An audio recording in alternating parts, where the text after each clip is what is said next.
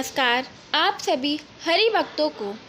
आज इस वीडियो में बरूतनी एकादशी की कथा सुनाने जा रही हैं और दशमी तिथि व द्वादशी तिथि के दिन निम्नलिखित 12 वस्तुओं को त्याग देना, यह सब इस वीडियो में बताया गया है। बरूतनी एकादशी वैशाख मास में आती है, तो सुनते हैं बरूतनी एकादशी की कथा।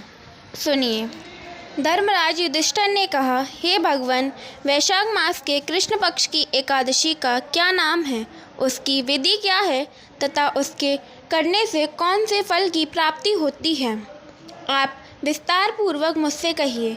श्री कृष्ण कहने लगे, हे राजेश्वर, इस एकादशी का नाम बरूतनी है। यह सौभाग्य देने वाली, सब पापों को नष्ट करने वाली तथा अंत में मोक्ष देने वाली है। इस व्रत को यदि कोई अभागिनी स्त्री करे तो उसको सौभाग्य मिलता है। बरूतनी एकादशी का फल 10,000 वर्ष तक तप करने के बराबर होता है। कुरुक्षेत्र में सूर्य ग्रहण के समय एक मन स्वर्ण दान करने से जो फल प्राप्त होता है, वही फल बरूतनी एकादशी का व्रत करने से मिलता है। बरूतनी एकादशी के व्रत को करने से मनुष्य इस लोक में सुख भोगकर परलोक में स्वर्ग को प्राप्त होता है। शास्त्रों में कहा गया है कि हाथी का दान घोड़े के दान से श्रेष्ठ है। हाथी के दान से भूमि में दान से तिलों के दान से स्वर्ण का दान तथा स्वर्ण के दान से अन्न का दान श्रेष्ठ है। अन्न दान के बराबर कोई दान नहीं है। अन्न दान से देवता, पितृ और मनुष्य तीनों तृप्त होते हैं। शास्त्रों में इसको कन्यादान के बराबर माना है। बरूतनी एकादशी के व्रत से अन्न दान तथा कन्यादान दोनों के बराबर फल मिलता है। जो मनुष्य लोभवश कन्या का धन लेते हैं, वे प्रलय काल तक नरक में वास करते हैं या उनको अगले जन्म में बिलाव का जन्म ग्रहण करना पड़ता है।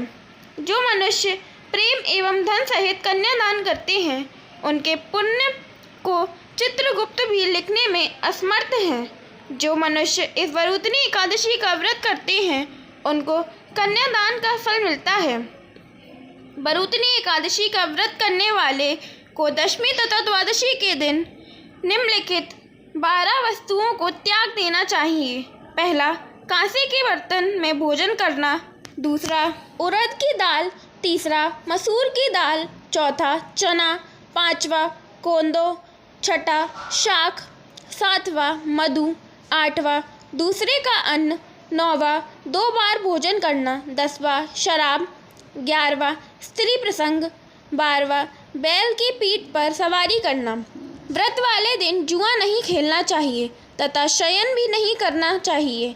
उस दिन पान खाना, दातून करना, दूसरे की निंदा करना, चुगली करना, हिंसा करना, क्रोध करना तथा असत्य भाषण करना आदि सब त्याग देना चाहिए। इस व्रत में नमक, तेल तथा अन्न वर्जित है। हे राजन, जो मनुष्य इस दिन रात्रि जागरण करके भगवान मधुसूदन का पूजन करते हैं, वह पाप मुक्त होकर परम गति को प्राप्त होते हैं। यमराज से डरने वाले व्यक्ति को अवश्य ही बरूतनी एकादशी का व्रत करना चाहिए। इस व्रत के महत्तम को पढ़ने या सुनने से 1000 गोदान का फल मिलता है।